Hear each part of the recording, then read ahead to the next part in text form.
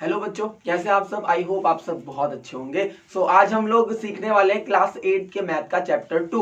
और चैप्टर 2 में भी एक्सरसाइज वाइज हम लोग इसको क्लियर करेंगे चैप्टर को। सबसे पहले मैं आपको बता देता हूं कि हम चैप्टर करने वाले linear equation in one variable. अभी हम लोग बात करेंगे कि ये वेरिएबल्स क्या होते हैं। आप लोगों को लग रहा होगा चैप्टर के टाइटल से। वो भी सीखेंगे और साथ ही साथ सीखेंगे कि कांस्टेंट क्या होता है। दोनों के बारे में सीखेंगे। चलिए सीखते हैं। सबसे पहले बात करते हैं वेरिएबल्स की, फिर कांस्टेंट की। हिंदी में वेरिएबल्स को हम चर बोलते हैं और कांस्टेंट को अचर बोलते हैं। हिंदी मीडियम वाले बच्चे भी ध्यान दें, क्योंकि हम हिंदी में भी बात करेंगे, बाइलैंग्वेज सीखेंगे। वेरिएबल्स को बेसिकली हम क्या करते हैं, जो भी हमारे अल्फाबेटिक होते हैं वो सब वेरिएबल्स में आते हैं। लाइक एक्स हो गया या वाई हो गया या जेड हो गया, जितनी भी ये जो नंबर्स होते हैं, ए हो गया या बी हो गया, ये सब हम वेरिएबल्स में काउंट करते हैं। और जो हमारे जितने भी नंबर्स है 1 2 3 जितने भी होते हैं, उन सब नंबर्स को हम कांस्टेंट वैल्यू बोलते हैं, जिनको हम नॉन चेंजेबल होते हैं और ये चेंजेबल होते हैं। इनको हम परिवर्तन कर सकते हैं। आपने देखा होगा कि हम x इज इक्वल टू 2 लिख देते हैं, बट कभी आपने देखा होगा कि 2 इज इक्वल टू 3 नहीं लिख सकते। ये पॉसिबल नहीं है। तो इसीलिए ये जो होता है ये नॉन चेंजेबल होता है, ये चेंजेबल वैल्यूज होती हैं। तो अब हम लोग एक्सरसाइज को देख लेते हैं एक बार। आई होप आपने ये समझ लिया होगा। अब इसके बाद में हम एक्सरसाइज पर डिस्कस करते हैं। एक्सरसाइज के क्वेश्चंस को हम सॉल्व करेंगे, आप सब लोग ध्यान देंगे। और जिसको जो भी क्वेश्चन से रिलेटेड इश्यू है वो मुझे कमेंट सेक्शन में आके अपना डाउट्स भी बता सकते हैं, मैं वो क्लियर करने की कोशिश करूंगा। पहला क्वेश्चन एक्सरसाइज 2.1 से ये रहा। पहला क्वेश्चन है 3x is equal to 2x plus 18। इसको सॉल्व करने के लिए हमें क्या करना होगा अब भी देखेंगे। मैं उससे पहले सॉल्व कराने से पहले एक चीज बता देता हूं कि अगर हमारी कोई भी वैल्यू इक्वल से इस साइड प्लस में है, वो भी वेरिएबल के, तो हम अगर उस साइड ले जाएंगे, नेक्स्ट साइड ले जाएंगे, तो वो माइनस में जाएगी। अगर वेरिएबल के प्लस में है तो हमें वेरिएबल्स को बेस मानना पड़ेगा। तो अगर वेरिएबल के प्लस में है तो वो इधर आके माइनस हो जाएगी, और अगर इधर वेरिएबल के माइनस में है तो वो इधर आके प्लस हो जाएगी। अगर वेरिएबल के मल्टीप्लाई में है तो इधर आके डिवाइड में हो जाएगी, और अगर वेरिएबल के डिवाइड में है तो इधर आके मल्टीप्लाई में हो जाएगी। कहने का मतलब है कि उसके जो साइन है वो चेंज हो जाएंगे अपोजिटली। अब सेम यहां पर है, 3x को हम ऐसे ही रहेंगे। अब ये हमारा जो 2x है और 18 है, अगर हम 2x को इधर ले जाएं तो ये प्लस में है इधर, अगर हम इधर ले जाएंगे तो ये माइनस में हो जाएगा। तो हम क्यों ना इसको 2x लिख लेंगे, और इक्वल टू यहाँ इस साइड क्या बचेगा 18। हमने इसलिए किया क्योंकि हमने जो हमारी वेरिएबल्स वैल्यूज है, हमने उनको जो एक साइड कर लिया और जो कांस्टेंट वैल्यू है उसको अलग कर लिया। क्योंकि हम हमेशा याद रखेंगे कि वेरिएबल्स को हमेशा वेरिएबल्स के साथ माइनस या प्लस करेंगे या मल्टीप्लाई या डिवाइड करेंगे, और जो आपका कांस्टेंट वैल्यू है उसको कांस्टेंट वैल्यू के साथ ही मल्टीप्लाई या डिवाइड करेंगे, या प्लस या माइनस। ये बात ध्यान रखना है हमें अलजेब्रा में। अब हमें दिख रहा होगा कि ये 3x है और ये 2x है। 3x हमारा प्लस का है और 2x हमारा माइनस का है। अब हमें दिख रहा है कि अगर हम 3x में से माइनस 2x करेंगे तो हमारे पास ओनली x बचेगा। देन इज इक्वल टू हमारा क्या आ जाएगा 18। तो ये हमारा क्या आ गया, x की वैल्यू आ गई। अब आपको यहाँ पे क्वेश्चन एक x की वैल्यू मिल गई हमें, जो हमारा वेरिएबल था उसकी वैल्यू हमें 18 मिल गई है। अब हम अगर इसको वेरीफाई करना चाहे तो हम इसको वेरीफाई भी कर सकते हैं। वेरीफाई करने का ये है कि हम इस जो इक्वेशन है इसको ऐसे लिख सकते हैं, 3 इंटू जो x की वैल्यू है हम x की जगह पुट कर देंगे, तो यहाँ पर हम 18 भी लिख सकते हैं, is equal to 2 into x की जगह पर 18 हो जाएगा, और प्लस में क्या हो जाएगा 18। अब 18 3 जा कितना होता है बताइए,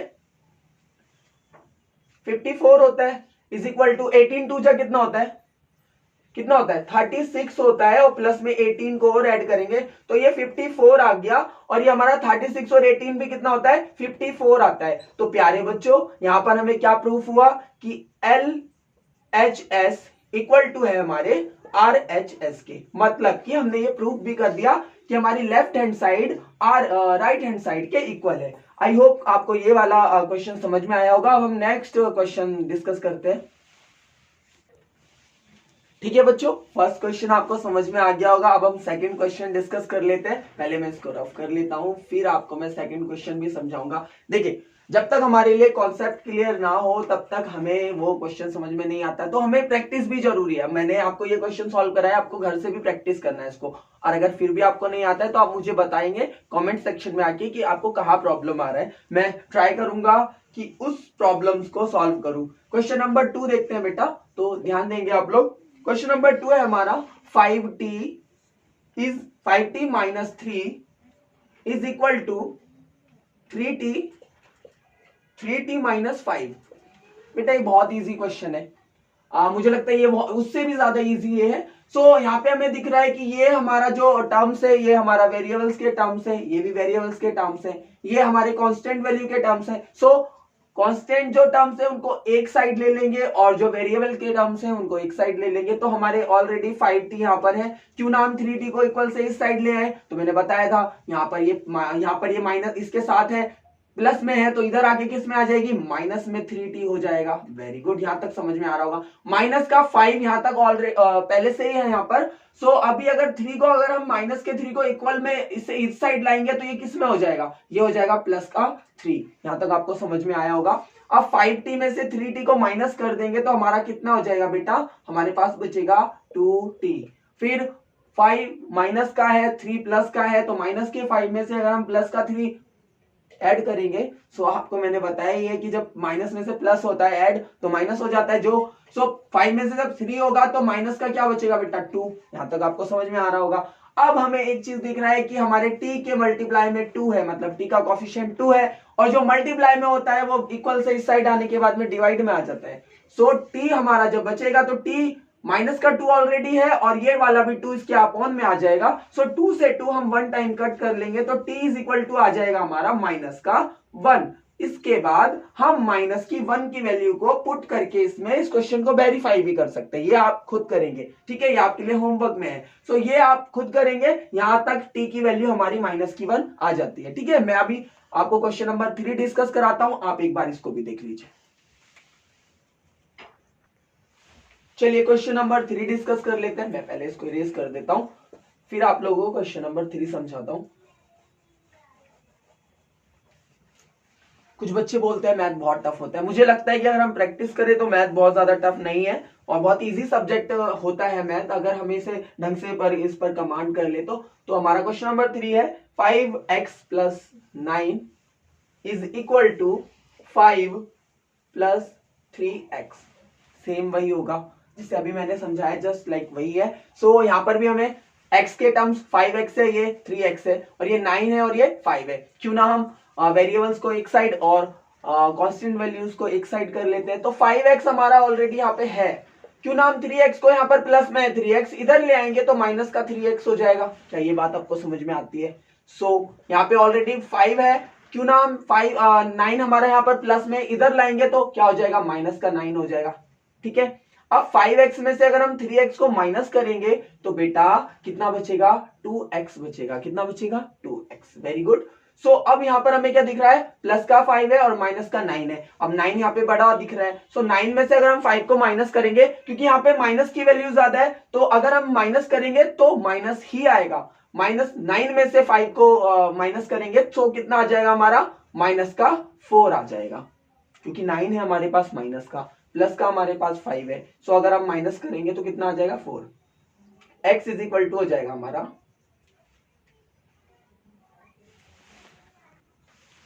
सो 2x इज इक्वल टू -4 हो गया है। अब हमें दिख रहा है 2 यहाँ पर क्या है, मल्टीप्लाई में x के। सो अगर हम यहाँ पे लाएंगे इक्वल से इधर तो डिवाइड में आ जाएगा। सो डिवाइड में क्या हो जाएगा, 2। अब बेटा एक बात बताइए, 2 डिवाइड में है तो क्यों ना हम 2 को इससे डिवाइड कर ले। 2 1 जा 2 होता है और 2 2 जा कितना होता है, 4 होता है। Very good. x is equal to क्या आ गया बेटा हमारा, माइनस का 2 आ गया, है ना, क्योंकि माइनस ऑलरेडी लगा हुआ था। अब बेटा अगर आप चाहें तो इसको -2 को यहाँ पर पुट करके वैल्यू को आप इसको वेरीफाई भी कर सकते हैं, क्या हमारा आंसर सही है, LHS इक्वल टू RHS है या नहीं है। सो यहाँ पे आपको मुझे लगता है समझ में आया होगा। अब मैं आपको क्वेश्चन नंबर 4 भी डिस्कस कराता हूँ, पहले आप ये देख लीजिए। ठीक है, अब हम क्वेश्चन नंबर 4 कर लेते हैं। पहले मैं इसको इरेज कर देता हूँ, फिर क्वेश्चन नंबर 4 बताता हूँ आपको। तो सबसे पहले क्वेश्चन नंबर 4 क्या है देखते हैं। क्वेश्चन नंबर 4 भी इन सब की तरह बहुत इजी है, आपको बिल्कुल भी टेंशन नहीं लेना है। 4z + 3 is equal to 6 + 2z। ठीक है बेटा, ये क्वेश्चन है मैं जैसे उसमें कराया है, मुझे लगता है ये वाला क्वेश्चन भी आप लोगों के लिए बहुत इजी लगने वाला है। हम वही करेंगे जैसा हमने किया था, वेरिएबल्स वैल्यू को वेरिएबल्स वैल्यू के साथ और कांस्टेंट वैल्यू को कांस्टेंट वैल्यू के साथ। तो 4z को अगर हम 2z को इधर लाएंगे तो माइनस का हो जाएगा, क्योंकि यहाँ पर प्लस का है, अपोजिट साइन हो जाते हैं, तो माइनस का हो जाएगा 2z। 2 आपको z की तरह लग रहा होगा, मैं 2 बता देता हूँ, ये 2 है, 2z हो गया इज इक्वल टू ऑलरेडी यहाँ पर 6 है। अब हम 3 या प्लस का इधर लाएंगे तो माइनस का 3 हो जाएगा। 4z ये प्लस का है और 2z क्या है, माइनस का है। तो 4z में से अगर 2z जाएगा तो प्यारे बच्चों कितना बचना चाहिए, बिल्कुल 2z बचना चाहिए। इज इक्वल टू यहाँ पर 6 है, यहाँ पर 3 है, माइनस का 3 हो जाएगा, यानी कि 6 में से 3 जाएगा तो कितना बचेगा, 3 बचेगा। तो z इज इक्वल टू कितना हो जाएगा, 3/2 हो जाएगा। क्या ये बात आपको समझ में आई, बिल्कुल आई होगी, और अगर नहीं आई होगी तो मैं फिर हेल्प करूंगा ना आपकी, मैं यहीं पर ही हूं। हाँ, जब भी आपको मुझे ऐसा लगता है, आपको किसी भी क्वेश्चन में कोई कंफ्यूजन लगता है तो आप मुझे कमेंट सेक्शन में आके बताएंगे, क्वेश्चन नंबर डालेंगे, एक्सरसाइज बताएंगे, मैं उसका सोल्यूशन प्रोवाइड करूंगा आपको। तो यहां तक आपको समझ में आया होगा, आप चाहे इसको वेरीफाई भी कर सकते हैं। अब मैं आपको क्वेश्चन नंबर 5 डिस्कस कराता हूं, पहले आप ये देखेंगे, ठीक है, फिर ये हम इरेज कर लेते हैं। अब क्वेश्चन नंबर 5 आप लोगों को मैं समझाने वाला हूं, आपको कहीं नहीं जाना है, पहले क्वेश्चन देखना है।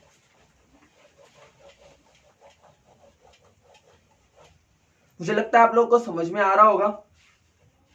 ठीक है, क्वेश्चन नंबर 5 देख लेते हैं बेटा एक बार। क्वेश्चन नंबर 5 है हमारा।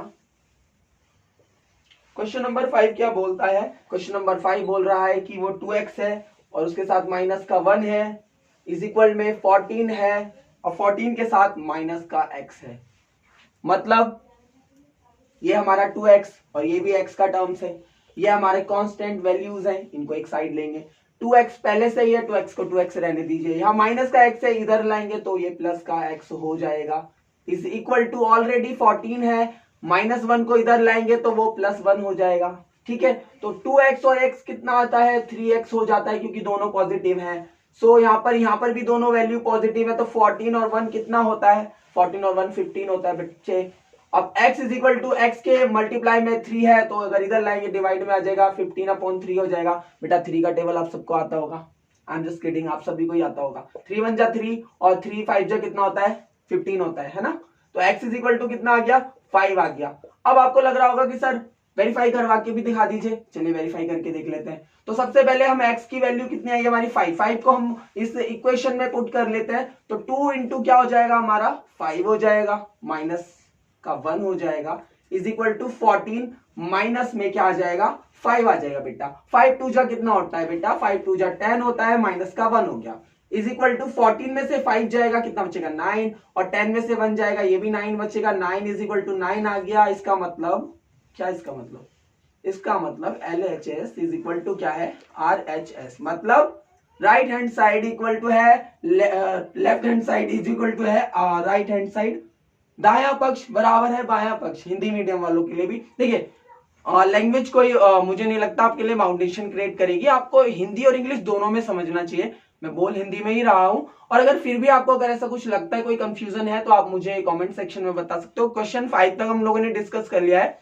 एक्सरसाइज 2.1 में 5.1 क्वेश्चन नंबर 5 के आगे के जो भी क्वेश्चंस हैं आपको खुद से करने हैं, घर से ट्राई करने हैं, और अगर फिर भी आपको लगता है कि कोई सा क्वेश्चन आपसे नहीं हो रहा है तो आप कमेंट सेक्शन में बता दीजिएगा, क्वेश्चन नंबर डाल दीजिएगा, मैं उसको सॉल्व करवा के आपको प्रोवाइड करवा दूंगा। Thank you for watching.